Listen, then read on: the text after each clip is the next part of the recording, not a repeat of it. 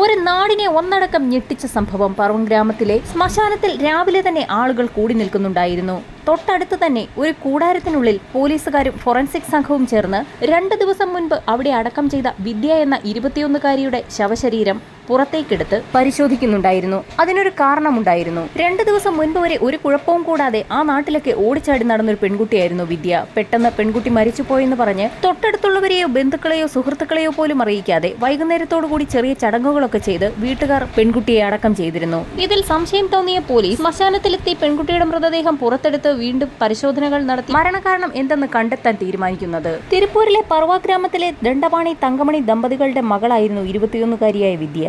വിദ്യയ്ക്ക് പുറമെ ഒരു മകൻ കൂടി ഈ ദമ്പതികൾക്കുണ്ടായിരുന്നു. വിദ്യ കോയമ്പത്തൂരിലെ 2ാം വർഷ PG വിദ്യാർത്ഥിനിയായിരുന്നു. പതിവായി അമ്പലത്തിലേക്ക് പോകുന്ന ഒരു സ്വഭാവം ദണ്ഡപാണിക്കും തങ്കമണിക്കും ഉണ്ടായിരുന്നു. പതിവ് പോലെ അന്നേ ദിവസവും അവർ അമ്പലത്തിലേക്ക് പോയി. ഈ സമയത്ത് വീട്ടിൽ വിദ്യയും സഹോദരനായ ശരവണനും മാത്രമായിരുന്നു ഉണ്ടായിരുന്നത്. പതിവ് പോലെ അമ്പലത്തിലേക്ക് പോയി 11 മണിയോടുകൂടി തിരിച്ചു വന്ന വീട്ടുകാർ വീട് തുറന്നു കിടക്കുന്നതാണ് കണ്ടത്. ദമ്പതികൾ അമ്പലത്തിലേക്ക് പോയ സമയത്ത് പ്രധാന ഹാളിൽ പെൺകുട്ടി ഇരിക്കുന്നുണ്ടായിരുന്നു. എന്നാൽ തിരിച്ചു വന്ന സമയത്ത് വീട്ടിൽ ആരെയും കണ്ടില്ല. പെട്ടെന്ന് തന്നെ വിദ്യയുടെ മുറിയിലേക്ക് കടന്നു ചെന്ന വീട്ടുകാർ മുറിയിൽ നിറയെ രക്തം തളം കെട്ടിക്കിടക്കുന്ന കാഴ്ചയാണ് കണ്ടത്. പിന്നാലെ ആ ഞെട്ടിക്കുന്ന കാഴ്ച അച്ഛന്റെയും അമ്മയുടെയും ശ്രദ്ധയിൽപ്പെട്ടു. ഒരു അലമാരി മറിഞ്ഞു കിടക്കുന്നു. അതിനടിയിൽ ഗുരുതരമായി പരിക്കേറ്റ നിലയിൽ ചോര ഒലിപ്പിച്ചുകൊണ്ട് കിടക്കുന്ന വിദ്യ. ഉറക്കെ നിലവിളിച്ച് കരഞ്ഞുകൊണ്ട് ആ അച്ഛനും അമ്മയും വിദ്യയെ അലമാരിയുടെ അടിയിൽ നിന്നും വലിച്ചെടുത്തു. അപ്പോഴേക്കും വിദ്യയുടെ മരണം സംഭവിച്ചിരുന്നു. ഈ സമയത്ത് വിദ്യയുടെ സഹോദരൻ ശരവണനെ അവിടെയെങ്ങും കണ്ടതുമില്ല. ഉടൻ തന്നെ അച്ഛനും അമ്മയും ശരവണന്റെ മൊബൈലിൽ വിളിച്ചു നോക്കിയെങ്കിലും ഫോൺ സ്വിച്ച് ഓഫ് ആയിരുന്നു. ദണ്ഡപാണിയുടെയും തങ്കമണിയുടെയും നിലവിളി ശബ്ദം കേട്ട് തൊട്ടടുത്തുള്ള ആളുകളൊക്കെ അപ്പോഴേക്കും അങ്ങോട്ടേക്ക് എത്തിയിരുന്നു. ശരവണനെ ഫോണിൽ വിളിച്ചിട്ട് കിട്ടാതിരുന്നതിനാൽ നാട്ടുകാരിൽ ആരോ ചിലർ ചേർന്ന് ശരവണനെ അവിടേക്ക് കൂട്ടിക്കൊണ്ടുവന്നു. സഹോദരി മരിച്ചു കിടക്കുന്ന കാഴ്ച കണ്ട് ശരവണനും അന്തം വിട്ടു. എന്താണ് സംഭവിച്ചതെന്ന് അയാൾക്കും മനസ്സിലായിരുന്നില്ല. ഇത്തരത്തിലൊരു ദുരൂഹ മരണം നടന്നിട്ട് പോലീസിനെയോ അധികം ബന്ധുക്കളെയോ വിദ്യയുടെ സുഹൃത്തുക്കളെയോ പോലും അറിയിക്കാതെ അന്ന് ഉച്ചയ്ക്ക് ശേഷം തന്നെ ചെറിയ ചടങ്ങുകളൊക്കെ നടത്തി വിദ്യയുടെ മൃതദേഹം വീട്ടുകാർ തന്നെ മറവ് ചെയ്തു. എന്നാൽ വിദ്യ 22-കാരനായ വെൺമണി എന്നൊരു യുവാവുമായി അടുപ്പത്തിലായിരുന്നു. സ്കൂൾ കാലം മുതൽ ഒരുമിച്ച് പഠിച്ചു വളർന്ന ഇവർ വിവാഹം കഴിക്കാനും തീരുമാനിച്ചിരുന്നു. എത്രയും വേഗം തന്നെ വിദ്യയെ സ്വന്തമാക്കുന്നതിനായി പഠനം കഴിഞ്ഞ ഉടൻ തന്നെ വെൺമണി ഒരു ബനിയൻ കമ്പനിയിൽ ജോലിക്കും പോയി തുടങ്ങിയിരുന്നു. അങ്ങനെയിരിക്കെ ഒരു ദിവസം വെൺമണിയെക്കുറിച്ചുള്ള കാര്യങ്ങളൊക്കെ വിദ്യയുടെ വീട്ടിലറിഞ്ഞു. വീട്ടുകാർ ശക്തമായി ഈ ബന്ധത്തെ എതിർക്കുകയും ചെയ്തിരുന്നു. വെൺമണി താഴ്ന്ന ജാതിയിൽപ്പെട്ട യുവാവായതിനാൽ ഒരു കാരണവശാലും ഈ ബന്ധം തങ്ങൾ അംഗീകരിക്കുകയില്ല എന്ന് അച്ഛനും അമ്മയും സഹോദരനും വിദ്യയ്ക്ക് താക്കീത് നൽകി. വിദ്യയുടെ സഹോദരനായിരുന്നു ഏറ്റവും കൂടുതൽ എതിർപ്പ്. അങ്ങനെയിരിക്കെ ഒരു ദിവസം വെൺമണി എന്ന യുവസുഹൃത്ത് തന്റെ അച്ഛനെയും അമ്മയും ബന്ധുക്കളെയും ഒക്കെ കൂട്ടി വിദ്യയെ പെണ്ണ് ചോദിക്കുന്നതിനായി വിദ്യയുടെ വീട്ടിലേക്ക് എത്തി. പെണ്ണ് കാണുന്നതിനായി വീട്ടിലേക്കെത്തിയ വെൺമണിയെയും കുടുംബത്തെയും അതിക്രൂരമായി മർദ്ദിച്ചാണ് അന്ന് വിദ്യയുടെ വീട്ടുകാർ പറഞ്ഞയച്ചത്. എങ്കിൽ പോലും കാമുകനായ വെൺമണിക്ക് വിദ്യയോട് യാതൊരു ദേഷ്യവും ഉണ്ടായിരുന്നില്ല. ഏതു വിധേനയും വിവാഹിതരാകാൻ തന്നെ അവർ തീരുമാനിച്ചു. വിദ്യ കൊല്ലപ്പെടുന്നതിന് തലേ ദിവസം രാത്രി വരെ ഇരുവരും സംസാരിച്ചിരുന്നു. പിറ്റേ ദിവസം ഉച്ചയോടുകൂടിയാണ് വിദ്യയുടെ മരണവാർത്ത വെൺമണി അറിയുന്നത്.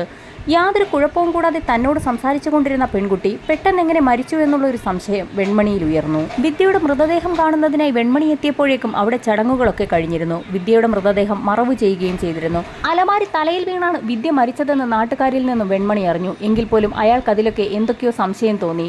ഉടൻ തന്നെ പറവൂർ പോലീസ് സ്റ്റേഷനിലെത്തി വിവരം പറഞ്ഞു. താനും വിദ്യയും തമ്മിൽ അടുപ്പത്തിലായിരുന്നുവെന്നും ഈ ബന്ധം വീട്ടുകാർക്ക് ഇഷ്ടമുണ്ടായിരുന്നില്ല എന്നും വിദ്യയെ പെണ്ണ് കാണുന്നതിനായി അവരുടെ വീട്ടിലെത്തിയ തന്നെയും കുടുംബത്തെയും അവർ ഒരുപാട് ഉപദ്രവിച്ചാണ് അന്ന് പറഞ്ഞു വിട്ടതെന്നും അടക്കമുള്ള കാര്യങ്ങൾ വെൺമണി പോലീസിനോട് വ്യക്തമാക്കി. ഒരുപക്ഷെ വിദ്യയുടെ അമ്മയ്ക്കും അച്ഛനും സഹോദരനും വിദ്യയുടെ മരണത്തിൽ പങ്കുണ്ടായേക്കാമെന്നും പെട്ടെന്നൊരു ദിവസം അലമാരി വീണ് അങ്ങനെ വിദ്യ മരിക്കാൻ ഒരു സാധ്യതയും താൻ കാണുന്നില്ല എന്നും അയാൾ കൂട്ടിച്ചേർത്തു. ഇത് കേട്ട ഉടൻ തന്നെ പോലീസിലും ചില സംശയങ്ങൾ ഉയർന്നു. അങ്ങനെ വിദ്യയുടെ മൃതദേഹം വീണ്ടും പുറത്തെടുത്ത് ഓട്ടോപ്സി നടത്താൻ പോലീസ് തീരുമാനിച്ചു. അങ്ങനെ വിദ്യയുടെ മൃതദേഹം പുറത്തെടുത്ത് ആ ശ്മശാനത്തിൽ വെച്ച് തന്നെ ഫോറൻസിക് സംഘം സ്ഥലത്തെത്തി ഓട്ടോപ്സി നടത്തി. ആ പരിശോധനയിൽ തന്നെ വിദ്യയുടെ തലയുടെ പുറകുവശത്ത് ആഴത്തിലുള്ള ഒരു മുറിവ് കണ്ടെത്തി. ഇതോടുകൂടി വിദ്യയുടെ മരണം തലയിലേക്ക് അലമാരി വീണതല്ല എന്നുള്ള കണ്ടെത്തലിലേക്കാണ് പോലീസ് എത്തിയത്. വിദ്യയുടെ തലയുടെ പുറകുഭാഗം പൂർണ്ണമായും പൊട്ടി തലച്ചോറ് പുറത്തേക്ക് വന്ന നിലയിലായിരുന്നു. തുടർ നടപടികൾക്ക് ശേഷം മൃതദേഹം മറവ് ചെയ്തു. ഇതിനുശേഷം വിദ്യയുടെ അച്ഛനെയും അമ്മയെയും സഹോദരനെയും പോലീസ് കസ്റ്റഡിയിലെടുത്ത് ചോദ്യം ചെയ്യൽ ആരംഭിച്ചു. എന്നാൽ ചോദ്യം ചെയ്യലിൽ തങ്ങൾ അമ്പലത്തിലേക്ക് പോയതായിരുന്നു എന്നും തിരികെ വന്ന് മുറിയിൽ നോക്കിയപ്പോൾ വിദ്യ അലമാരി വീണ നിലയിൽ മരിച്ചു കിടക്കുന്നതാണ് കണ്ടത് എന്നുള്ള കാര്യമായിരുന്നു. അവർ ആവർത്തിച്ച് അത് തന്നെ പറഞ്ഞുകൊണ്ടിരുന്നു. എന്നാൽ മാരകമായ ആയുധം കൊണ്ടുള്ള അടിയേറ്റാണ് വിദ്യ മരിച്ചിരിക്കുന്നതെന്നുള്ള കാര്യം പോലീസ് വ്യക്തമാക്കി. പോലീസ് വിദ്യയുടെ സഹോദരനായ ശരവണനെ വളരെ വിശദമായി തന്നെ ചോദ്യം ചെയ്യാൻ തീരുമാനിച്ചു. ചോദ്യം ചെയ്യലിനൊടുവിൽ നിവൃത്തിയില്ലാതെ ശരവണൻ പല കാര്യങ്ങളും പറഞ്ഞു തുടങ്ങി. സംഭവം നടക്കുന്ന ദിവസം അച്ഛനും അമ്മയും അമ്പലത്തിലേക്ക് പോയിരുന്നു. ഈ സമയത്ത് ശരവണനും തന്റെ സുഹൃത്തുക്കൾക്കൊപ്പം പുറത്തുപോയി. അതിനുശേഷം മടങ്ങി വന്ന ശരവണൻ കാണുന്നത് വിദ്യയും വെൺമണിയുമായി മൊബൈൽ ഫോണിൽ സംസാരിച്ചു കൊണ്ടിരിക്കുന്നതാണ്. ഈ ബന്ധം വിലക്കിയിട്ടും മൊബൈൽ ഫോണിൽ സംസാരിക്കുന്ന വിദ്യയെ കണ്ട് ശരവണന് ശരിക്കും ദേഷ്യമുണ്ടായി. അങ്ങനെ അവർ തമ്മിൽ വാക്കുതർക്കമുണ്ടായി. ഈ ബന്ധത്തിന് ഒരിക്കലും സമ്മതിക്കുകയില്ല എന്നും വീട്ടുകാർ പറയുന്ന ആളിനെ മാത്രമേ വിവാഹം കഴിക്കാൻ പാടുള്ളൂ എന്നും അവൻ വ്യക്തമാക്കി.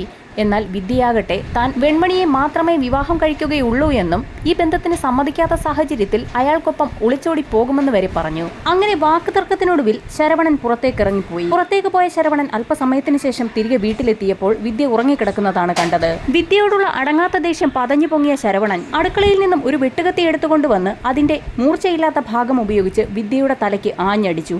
അങ്ങനെ തൽക്ഷണം അവൾ മരിച്ചു. അങ്ങനെ ഇതൊരു കൊലപാതകമല്ല എന്ന് വരുത്തി തീർക്കുന്നതിന്റെ ഭാഗമായി മുറിയിലുണ്ടായിരുന്ന അലമാരി മരിച്ചു കിടക്കുന്ന വിദ്യയുടെ മൃതദേഹത്തിന് മുകളിലേക്ക് മറിച്ചിട്ടു. അമ്പലത്തിൽ നിന്ന് തിരികെ എത്തിയ വീട്ടുകാർ കണ്ടത് അലമാരി വീണ് മരിച്ച നിലയിൽ കിടക്കുന്ന വിദ്യയായിരുന്നു. അവർ അങ്ങനെ തന്നെ വിശ്വസിച്ചു. ശരവണനെ വിളിച്ചു നോക്കിയപ്പോൾ അയാളുടെ ഫോൺ സ്വിച്ച് ഓഫുമായിരുന്നു. എന്നാൽ അപ്പോഴേക്കും നാട്ടുകാർ വിവരമറിഞ്ഞ ശേഷം ശരവണനെ കൂട്ടിക്കൊണ്ടുവന്നു. വിദ്യയെ താൻ തലക്കടിച്ച് കൊലപ്പെടുത്തിയതാണെന്നുള്ള സത്യം ശരവണൻ തന്റെ അച്ഛനോടും അമ്മയോടും പറഞ്ഞിരുന്നു. വിദ്യയെ കൊന്ന കുറ്റത്തിന് തങ്ങൾ ജയിലിൽ പോകേണ്ടി വരുമെന്നുള്ള ഭയത്താലാണ് മറ്റുള്ളവരെ ഒന്നും തന്നെ അറിയിക്കാതെ വീട്ടുകാർ പെട്ടെന്ന് തന്നെ ചടങ്ങുകൾ നടത്തി വിദ്യയുടെ മൃതശരീരം മറവു ചെയ്തത്.